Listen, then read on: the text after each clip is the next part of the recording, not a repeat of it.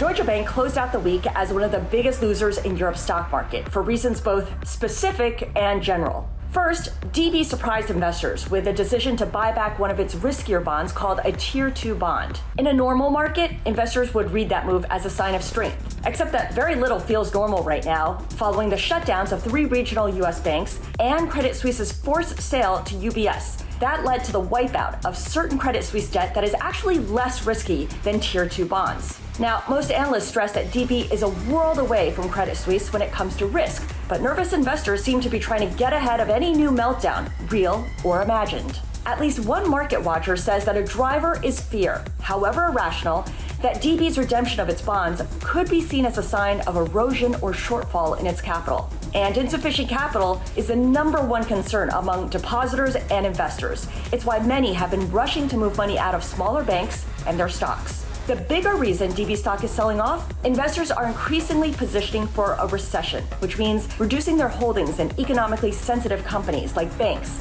and loading up on safer sectors like food and tobacco or pharmaceuticals. Banks, including DB, look more vulnerable to some because they're directly exposed to corporate lending, right when more loans are likely to go bad. When you put the two reasons together, it may not matter much that Germany's chancellor spoke out to publicly back Deutsche Bank. Until things settle down in the financial sector, to the market, efforts to shore up confidence can come off as signs of weakness instead.